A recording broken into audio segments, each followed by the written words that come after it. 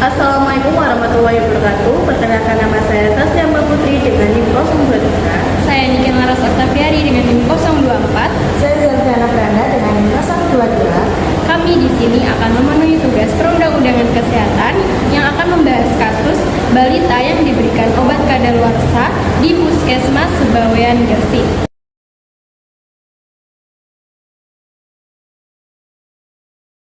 Pada 8 November 2024, sebuah kasus ditemukan di Puskesmas Tambak, Pulau Bawean, Gresik, di mana seorang balita diberi obat kadaluarsa oleh petugas apotek Puskesmas.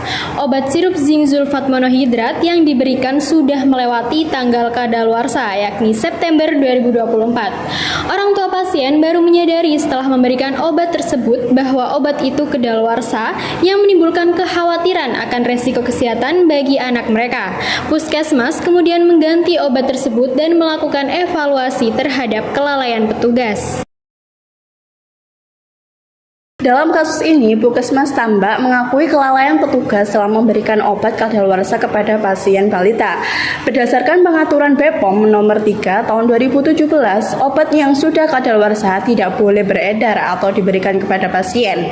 Sebagai penyelesaian, Puskesmas segera mengganti obat yang kadaluarsa dan melakukan pemantauan lebih ketat terhadap produk obat di apotek mereka. Puskesmas juga berjanji untuk meningkatkan evaluasi dan pengawasan obat agar kejadian serupa tidak terulang. Berikut adalah undang-undang yang terkait dengan kasus tersebut. Yang pertama adalah Undang-Undang Nomor 36 Tahun 2009 tentang Kesehatan. Pasal 106 mengatur tentang kewajiban setiap produk obat yang beredar di Indonesia harus terdaftar dan mendapatkan izin edar dari BPOM, termasuk tidak boleh mengedarkan obat kadaluarsa. Nomor 2, Pengaturan Kepala BPOM Nomor 3 Tahun 2017 tentang tata cara pendaftaran obat mengatur bahwa obat yang sudah kadaluarsa tidak boleh beredar atau digunakan. Pelanggaran terhadap peraturan ini dapat mengakibatkan sanksi administratif dan pidana. Dari narasi kasus dan penyelesaian kasus di atas dapat dibuat peta konsep sebagai berikut. Kasus yang dibahas adalah obat kadaluarsa yang diberikan ke balita di Puskesmas Tambak dengan obat zinc sulfat sirup. Orang tua baru menyadari setelah obat diberikan bahwa kadaluarsa yang tertera pada obat adalah September 2024. Penyelesaian kasus ini yaitu dengan penggantian obat yang kadaluarsa dan evaluasi serta peningkatan pengawasan obat terhadap petugas Puskesmas.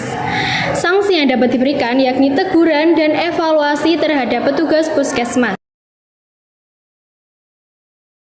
Kesimpulan dari kasus tersebut bahwa pemberian obat kadaluarsa di Puskesmas Tambak menunjukkan pentingnya sistem pengawasan yang lebih ketat terhadap obat-obatan yang ada di fasilitas kesehatan. Kelalaian petugas dalam memeriksa tanggal kadaluarsa obat dapat membahayakan kesehatan pasien, khususnya pada anak-anak yang lebih rentan terhadap efek samping obat yang tidak efektif atau berbahaya. Penyelesaian kasus ini harus melibatkan evaluasi terhadap petugas yang bersangkutan, serta peningkatan pelatihan dan prosedur pemeriksaan obat agar kejadian serupa tidak terulang di masa depan. Regulasi yang ada harus ditegakkan secara konsisten untuk melindungi kesehatan masyarakat. Semoga video ini dapat memenuhi tugas perundang-undangan kesehatan. Sekian dari kami, terima kasih. Wassalam.